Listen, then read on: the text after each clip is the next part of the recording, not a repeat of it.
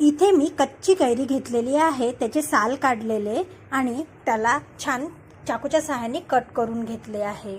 आपण इथे एक मोठ्या साईजचा कांदा घेतला आहे, त्याला छान बारीक चिरून घेतला।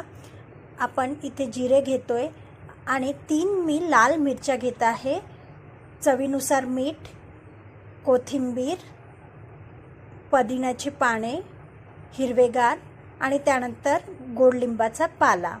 अशा प्रकारे सगळे इन्ग्रेडियंट्स रेडी आहे।